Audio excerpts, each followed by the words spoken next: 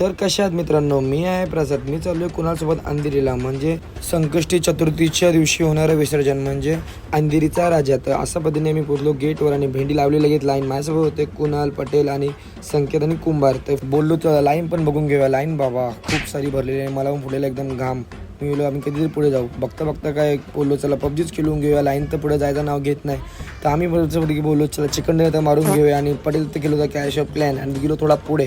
बघतोय काय जिमीनी त्याने केलेली ॲड, त्याने केलेला मोदक एकदम खूप मोठा सारा. आणि पोचलो असा मंदिराच्या थोडंच पुढे आणि बोललो भाई 7 वाजले, 3 तास गेलेत लाईनीमध्ये.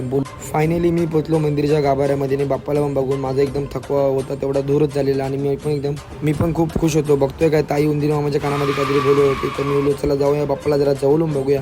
भाई जवळ गेलो आणि बघतोय काय एकदम पॉझिटिव्ह फील आलेला. आणि मी पण बोललो चला बाप्पाला डायरेक्ट पाया पडत जाऊया. बाप्पाला पाया पडलो आणि बोललो चला प्रसाद ते घ्यायलाच पाहिजे. तर गेलो असा आणि गेलो अशा पद्धतीने मी पण घेतला प्रसाद खाऊन. गणपती बाप्पा मंगलमूर्ती. माझा आजचा ब्लॉग तुम्हाला कसा वाटला बघा. Bye bye.